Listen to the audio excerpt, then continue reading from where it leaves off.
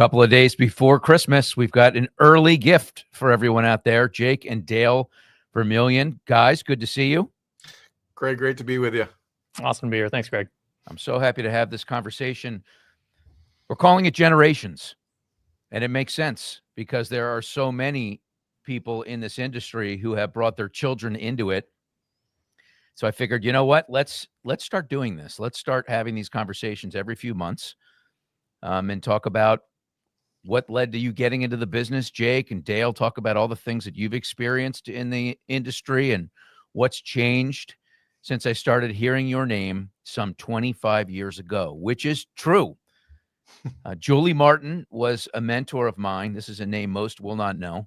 I know Julie's name for sure. Oh, I know you do. Yeah. She worked at a company called, she owned a company called Knox Financial Group way back in the day in Baltimore.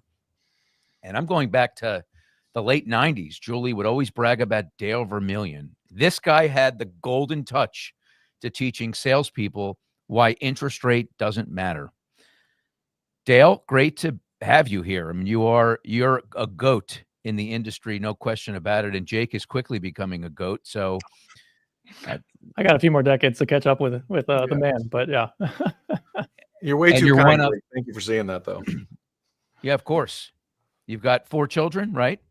Yep, 4 children. All of them have touched the industry in one way or another, but Jake appears to be all in here working at Mortgage Champions, which is about to celebrate 30 years, January 1st.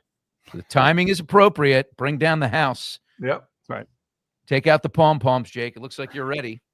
I know you guys are football fans, so how meaningful is it, Dale, that Mortgage Champions has made it 3 decades?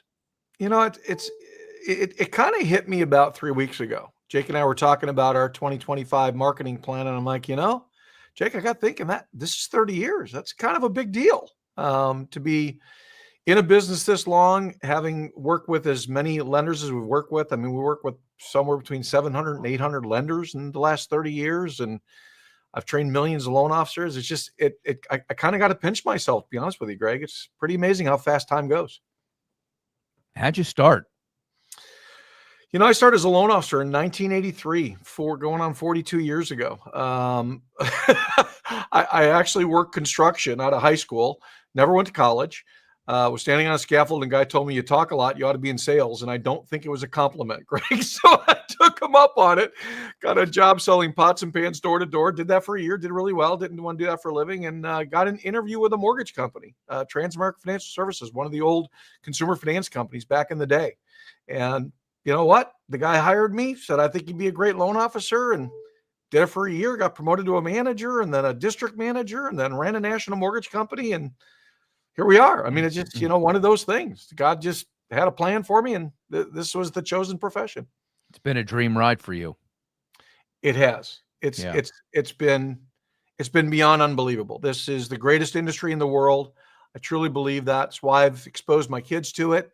It's why I've, told every one of them, if you ever want to come in here, it's made a great living for our family. And not only that, it's just a great industry. We impact people every day. I always say this is the oldest industry in the world. People go, no, Dale, you don't know. That's not the oldest industry. There's another oldest industry. I go, no, that one needs money. And we have money. So we're the oldest industry in the world is the way that I look at it. So that's all there is to it.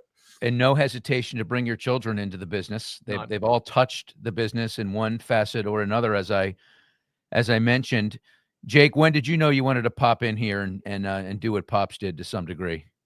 Yeah, it's kind of funny. It's like the story that you typically hear with anyone who finds himself in mortgage. They kind of stumble into it, right? You think it might be different growing up with a mortgage legend like my dad. But my heart actually coming out of college was nonprofit management. And our company, we have an internal nonprofit that we run. And so he actually invited me to come and take that over first. And I ran that for a year and a half. And he decided he wanted to have me help on the for-profit side. And one thing became another. And next thing you know, I'm traveling in with the conferences and doing more in the industry. So it just kind of fell into place over time. And we still run the nonprofit, but it's more shared hands at this point. And we're just focused heavily on how we can help loan officers and ultimately the American homeowner. So. And the business has changed pretty dramatically, or has it, Dale? I mean, when it comes to selling, when it comes to talking to first-time home buyers, how much has changed? That's such a great question, Greg. It has changed dramatically, but I will tell you very honestly, it's changed as far as the business structure and how we do business, predominantly because of technology, as we all know. Technology has really changed the way we do this industry. But I will tell you, having trained millions of loan officers across the nation and working with $100 million plus producers all over the nation today, the ones who do really well actually do it the old-fashioned way. They don't buy into this new mindset that consumers just want a link sent to them and want to do it all themselves. They understand that this is a relationship first industry and business, that we provide the American dream to people. And the only way you can solve people's problems is you got to know those people. You got to understand them. You got to dig in and really get to understand their situation and their goals. And when you do that, you win big. That's all there is to it. We're at an interesting intersection, though, in that we've got these mobile phones, right? We have these digital natives. Gen Z is what I'm talking about. And you have Jake that's in that range. So how has that, Jake, presented opportunity and changed the lens in which Champions operates? Yeah, I mean, for us, it's completely changed the way that we train, right? I mean, you backtrack 5 years and dad's on a plane, 210 days a year, at the front of ballrooms, doing seminars and bullpens with loan officers, just doing whatever he could to get face-to-face with loan officers. We have the ability through technology to be able to train so many different ways now. We can train live, on demand. We can be monitoring what loan officers are doing in real time. We can even do sort of high-end metrics management and even secret shopping, right? All of that has been made possible. And what that ultimately allows not only us, but the managers that we work with is to have a better insight into how their customers are actually being treated, right? Of course, there's ways that we've changed the tactics of what we train, and Dale can speak to that, of specifically how do we teach a loan officer to leverage today's technology to serve homeowners and keep it about value and trust and not price and product. But I love how just the technological shift has actually changed the way that we work with our clients and ultimately made it better. Yeah, I want to get into that, Dale, how much things have changed for the buyer when it comes to the approach. Because Gen Z, they are, I think they're different, but tell me if they're not. Is talking to a 25-year-old first-time home buyer with their phone in their hands constantly, with all this information available to them, are the fundamentals of selling that 25-year-old the same as they were selling a 25-year-old 25 years ago? Yeah, great question. So let me clarify something I said a moment ago, Greg, so we're on the same page on this, all right? I don't want to give the impression when I say that people are doing really well or doing it old school that they don't use technology. What I talk about and what I preach all the time is high tech, high touch. That's what you need to be. You need to be able to combine technology and all the efficiencies and all the tools that we have that can help you stay in contact with your borrowers much better and create uniform applications. And all those things are very, very powerful. The mistake is when we become all tech and no touch. That's where the mistake becomes. Now let's talk about your 25-year-old you just mentioned, okay? Because that's a really interesting question. Everybody thinks today in the industry that the upcoming generation is only going to do things technologically. That's actually not true. Studies show the opposite of that. In fact, you know who the most likely person to use technology predominantly to make a mortgage decision is? My generation and your generation, Greg, not Jake's generation or the younger generation. Because here's the deal. As much as we've advanced, today's 25-year-old still knows nothing about a mortgage. It's very complex to them. It's very confusing to them. They don't understand down payments. They don't understand what seller concessions are. They don't understand how to work with realtors properly. So they need guidance. It's all about guiding the consumer through the process. Now, are you going to do a lot more text messaging to do that with a 25-year-old? Absolutely. No question about it, because they don't communicate like our generation does verbally, but you still need to build that relationship and that connection. And the key to success today is truly to be a great advisor and educator. That's what separates the top producers from everybody else. How about speed? How much more does that matter? What are the expectations on speed given technology versus a couple of decades ago? Critical. That has been the one thing that has become more and more and more and more important, because we live in an Amazon world now. We live in a microwave society. We live in a place where you get your food drive-through and you don't wait for anything anymore. So with the short attention spans, with all of the things that we deal with, and access to information at your fingertips, the one thing that loan officers need to understand today, and lenders need to understand, if you don't move quickly, you're dead. I coach companies all over the country, as you know, Greg, and I see it all the time. I'll ask them this simple question. From the time that the loan officer sends the file into operations, what's your turn time expectations? They go 24 hours. I say, okay, you're 23 hours, 59 minutes too long already. It ought to be instantaneous. It ought to go from loan officer to a handoff to that operations person that introduces themselves, gets the package set up right there, and then moves. The companies who do that, they win big in this marketplace. Why is there so much opportunity in people's databases? How come that has not been solved, that riddle? We focus so much on the new leads that are coming in, and certainly not anywhere nearly enough, Jake, on the leads that are already sitting here. People that wanted to buy a home, but for whatever reason didn't buy one. You said you'd check back in 6 months later. You never touch them again. Are you working on that, Jake? What are some solutions that are out there to address that? Yeah, there are getting to be more solutions, right? Anything from database alert systems to borrower engagement platforms to just better CRMs, right? That are able to more seamlessly integrate with your existing data, whether that's as an individual loan officer or as a lender with millions of records, right? It's a challenge, but I think the industry is recognizing that we have to become data driven, and a huge part of that is just actually acting on the data that we already have in our possession versus asking for more of it, right? We know that that's a constant frustration point with consumers is not knowing where their data is, feeling like they've given data that then isn't being acted upon. So there's a lot that we still have to improve on, but I do think that is getting better, and there are more tools at people's disposal to be able to effectively follow up. For us, it's a mix of, like Dale said, high tech, high touch. We teach a mindset that is people first and customer first. And so it's sort of always there front of mind that you need to be in touch with your people and that they are a gold mine to you in terms of future transactions. And so then when you compare that with the technologies that will actually just do the basic menial day-to-day things of reminding you and putting it in a prioritized queue and, automating communications that are more secondary to your primary communications, like all of that is what makes the magic in today's world. I see a lot of excess, Dale, in tech stacks. I look at NFM's tech stack, my company, and I've got 6 or 7 different platforms that have market intelligence in it, for instance. Yep. Is that a problem? Do we need consolidation in order to really do our best to serve the consumers in the pipeline?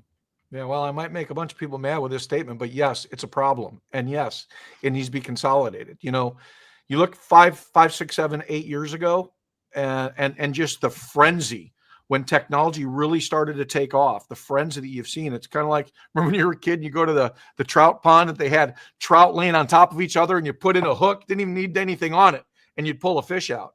It's kind of like what it was with the tech stacks in the industry, where all these new technologies were coming in and lenders were just gobbling them up left and right because it all sounded great. But then when you actually put them in place, and now do they talk to each other properly, and do they get the right thing? And I'm going to companies all the time where I'm seeing loan officers with 4 screens. And I'm like, why do you have 4 screens? Because I need to maneuver between my 5 different programs in order to walk the application from cradle to grave. And I'm like, that's a serious problem. So yes, there has been too much focus now on technology. We need to consolidate it.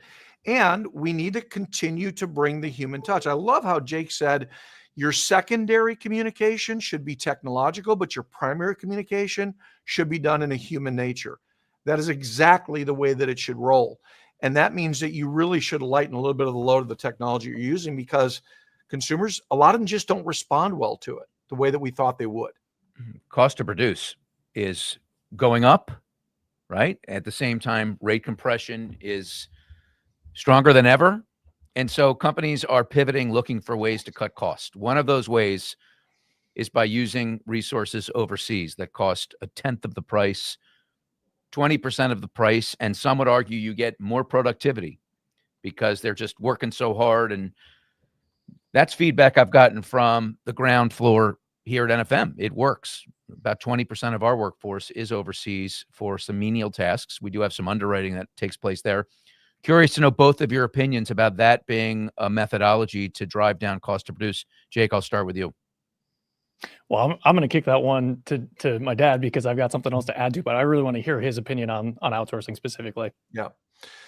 So the overall track record in outsourcing hasn't been great for the last decade. I can tell you that. And that doesn't mean it doesn't work, because I have worked with lenders like yourself, Greg, who have found outsource overseas companies who have done a very, very good job and done it well.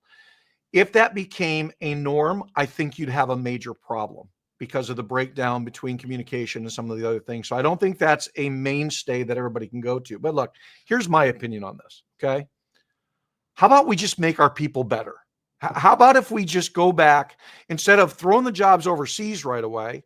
You know, it's so interesting to me. I've spoken at ICE, the ICE conference, every year for the last 5 years. I'm speaking again this year, and I speak on this topic constantly. And that is that one of the mistakes that we see all the time is that we are not, when we look at these costs to originate, everybody's looking at what can I cut, instead of looking at what they really should be looking at, which is conversion rates. How do I convert at a much higher level? There's really only two ways you solve the cost per loan problem. You either cut your expenses or you increase your conversion. That's your two avenues. And I truly think increasing conversion is the easier one of the two at the end of the day.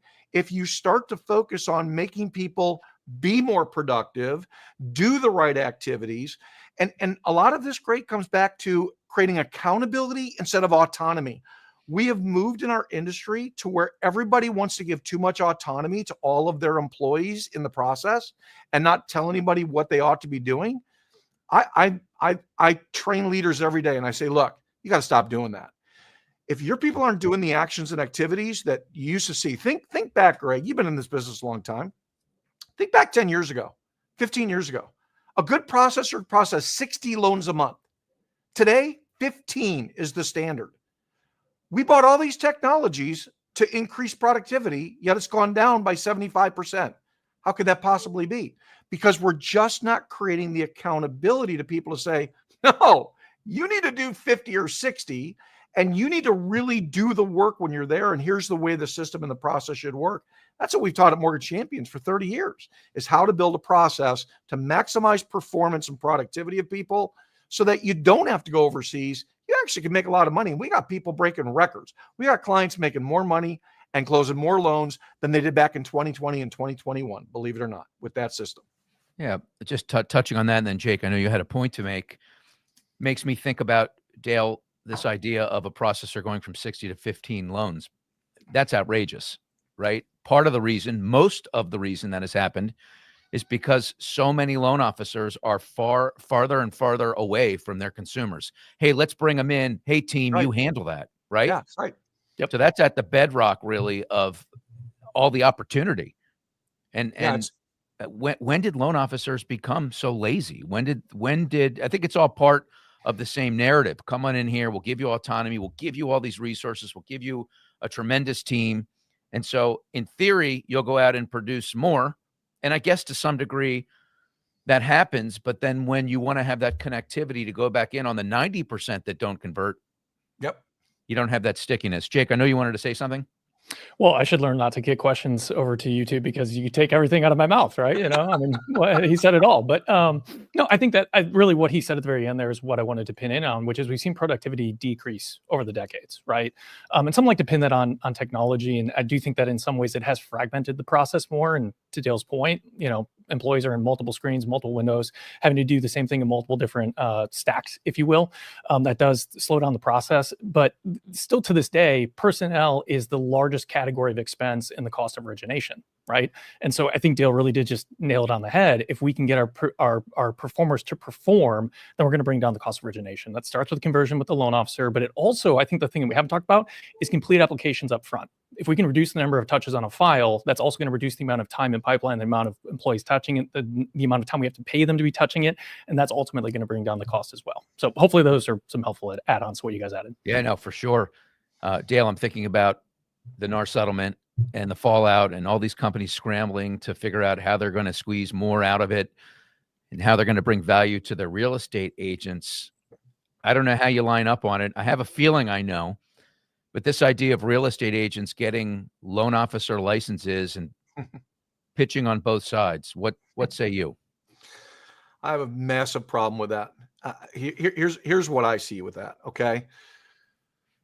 First off, you're giving away half of your profits when you do that.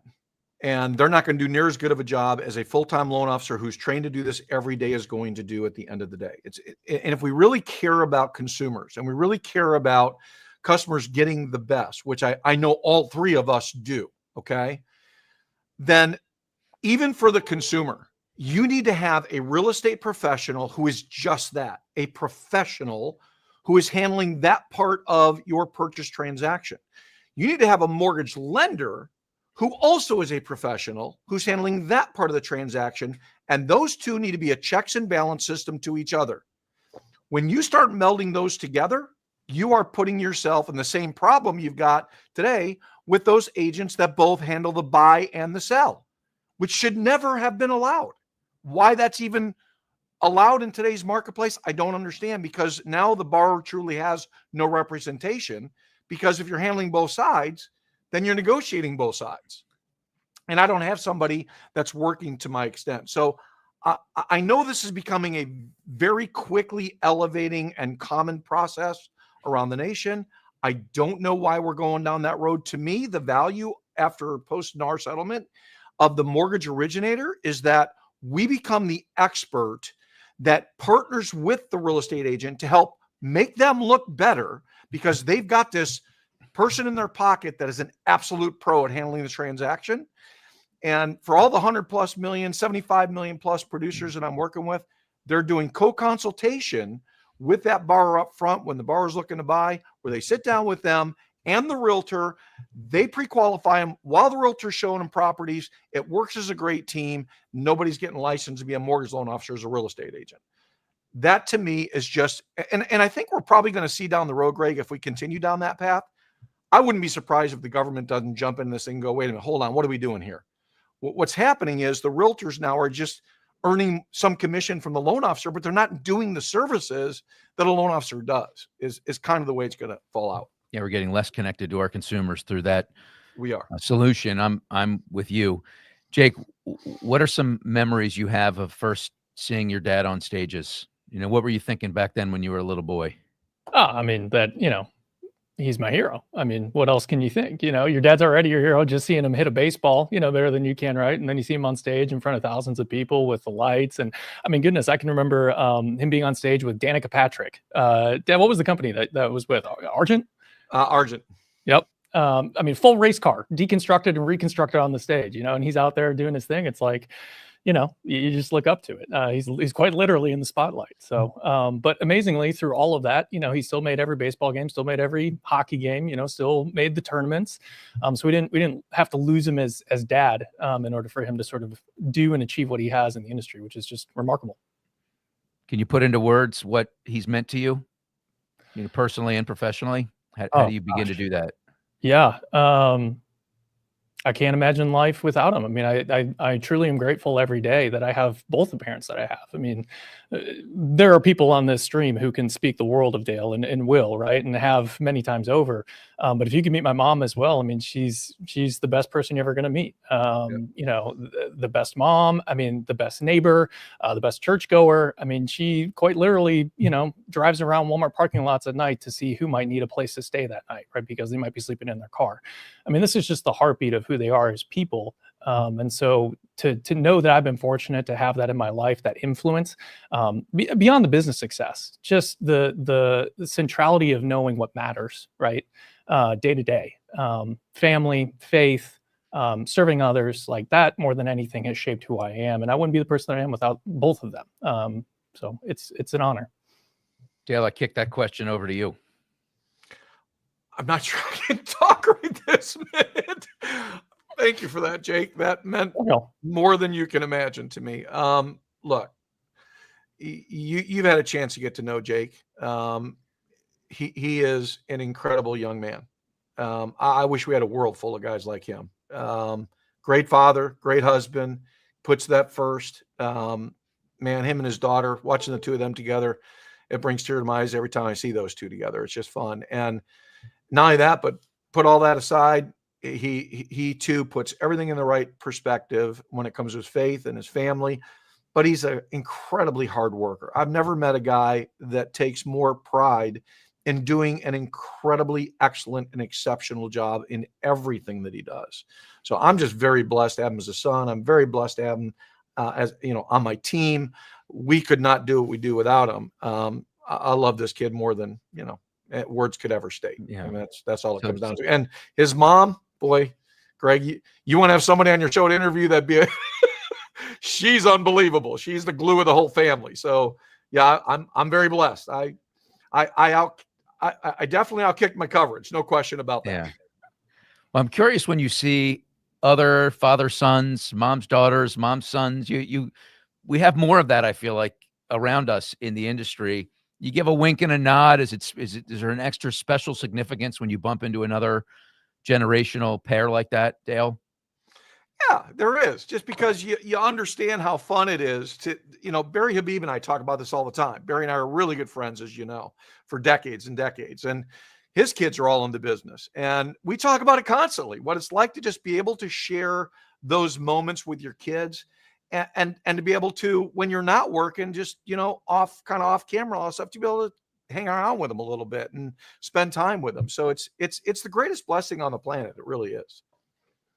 How about for you, Jake? When you see Denise and Ali Cardi, for instance, you know, they're amazing, you know, and so many others out there. Yeah, no, it makes me really excited. It makes me, I also feel like a weight, if that makes sense, that we as the next generation, if you will, we truly need to choose to stand on the shoulders of those who've come before us, right? I think there's a temptation to sort of see the old as old, right? And to want to pave our own path. And in some ways we do need to do that. But I want for us to capture the wisdom of everything that you guys have put in place for us, and to keep the central things central. So I'm both excited and also like feel like a responsibility, if that makes sense, to do it right and continue the legacy. Dale, as candid as you can put it, last question. Are you bullish on the industry? Are you concerned? What is your mindset right now with all of the crosswinds and variables? It feels like we're in a moment of time that's like no other. But then I look back to some of those other moments and I recall feeling the same way. Oh my goodness, will we ever emerge from this? Somebody sent me a statistic, and as far as the amount of loan officers that have got out of the business, yet another variable. So let's look through your lens and how you're feeling about this industry right now. I'm very concerned about the industry if we continue to move in the direction that we've been moving, where we think that tech is the answer to everything. And I think that's going to implode our industry dramatically. I really do. But now, having said that, okay, I am absolutely bullish on the industry for decades to come, because here's the deal. Home ownership is still what we're all about. It is the American dream. I challenge people from the stage all the time. I say, look, how many of you have traveled overseas? And everybody raises their hand. I go, well, you know what? I've been in the poorest countries in the world, and I've been all over the place. I've been in dozens and dozens of countries and all kinds of different places. And every time I come back to America, I'm reminded of the one truth, that the American dream is only the American dream. You go to Europe and own a home, you're incredibly wealthy, or you don't own a home. You go to Africa, where I've been to many times, or India on mission trips, 1% of the people own homes and 99% don't. We have an industry that is in the center of our economy, and real estate is the center of our economy. And because there will always be people buying homes, always people needing money, always people needing to save money, I am absolutely bullish. In fact, I think this is one of the best markets I've ever seen in 41 years. To be perfectly honest with you, people are hurting, and no matter what rates are, we can help them save money today. And that's really all that matters at the end of the day. So massively bullish on the industry for decades to come if you do it the right way. Concerned if we think this is a straight Amazon tech play, because it's not a straight Amazon tech play. It's just too big of a transaction with too many complexities. This has been amazing. Better than I could have ever imagined. I had this generations show idea. The seal is broken, and these are some tremendous shoes to fill. Dale, you're a legend in the industry, and I've got so much respect for you. And the more we can get your voice out and your messages, they still resonate today, even louder and stronger than ever, the better we're all going to be. And Jake, you're carrying the torch and doing such a great job. You're so highly respected and thoughtful about how you put yourself out there, the things that you share, the way you balance the business with the personal and give us a window into who you are as a person. The Vermillions are very special people, and I really appreciate your time with me today on One-on-One. Thank you, Greg.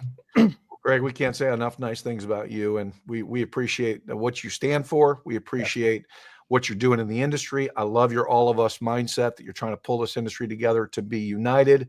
And you know what? It's about time. That's all I can say. So we're very grateful for you. Keep doing what you're doing. You're making a massive difference with your voice, and we're very, very appreciative of that. That means so much to me. Merry Christmas to you and your family, and we will see you in 2025. As far as the show is concerned, we are actually going to take a break next Monday. Figured we might come up for a little air. We'll see you again 2 weeks from today in 2025. Until then, enjoy your holiday. Merry Christmas, Happy Hanukkah, and Happy New Year. So long. God bless. Thank you. Greg, thank you so much.